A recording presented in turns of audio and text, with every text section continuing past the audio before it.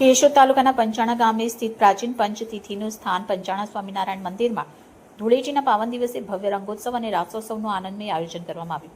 વહેલી સવારે વિશેષ પૂજન અર્ચન સાથે કાર્યક્રમનો પ્રારંભ થયો. પરંપરા મુજબ ફૂલડોલ ઉત્સવ ઉજવી ભગવાનને રંગ અને પુષ્પોથી અર્પણ કરવામાં આવ્યા. મંદિર સાથે જોડાયેલી માન્યતા મુજબ ભગવાન સ્વામિનારાયણ લગભગ 200 વર્ષ પૂર્વે 28 વખત પંચાણા પધાર્યા હતા અને અહીં રાસ અને રંગોત્સવની પરંપરા સ્થાપી હતી. આ પાવન સ્મૃતિને જીવંત રાખવા દર વર્ષે ધૂળેટીના દિવસે વિશેષ ઉત્સવ ઉજવવામાં આવે છે.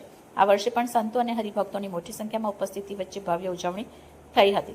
કાર્યક્રમ દરમિયાન એકતા, પ્રેમ અને આનંદનો સંદેશ આપવામાં આવ્યો. ઉત્સવનું સમગ્ર આયોજન કોઠારી ઘનશ્યામ ચરણદાસજી સ્વામીની દેખરેખ હેઠળ સુચારુ રીતે સંપન્ન થઈ. સંતો, મહંતો અને આગેવાનોની હાજરીમાં ભક્તોએ પરસ્પર શુભેચ્છા પાઠવી અને ધાર્મિક પરંપરાનો ગૌરવ અનુભવ્યો. આ રીતે પંચાણા સ્વામિનારાયણ મંદિરમાં ધૂળેટીનો ઉત્સવ ભક્તિ, ઉત્સાહ અને રંગોથી સરોગર થઈ ભવ્ય રીતે ઉજવાયો. Reporter Harsh Barda, A to Z news, Keshod.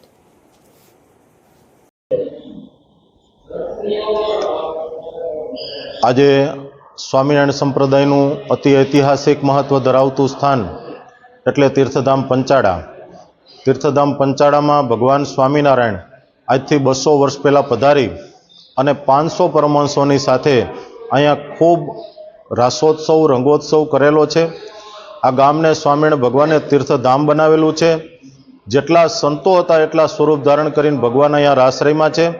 એના પરંપરાનો ઉત્સવ એટલે પંચાળા મહોત્સવ, રાસોત્સવ અને રંગોત્સવ.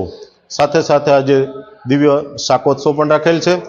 હજારો હરિભક્તો દર સાલ આ ખૂબ ધામધૂમ, ઉલ્લાસ અને ઉમંગથી રંગોની છોડોની વચ્ચે અને રાસ મંડળીઓની રમઝટની સાથે રાસોત્સવ અને રંગોત્સવ મનાવે છે.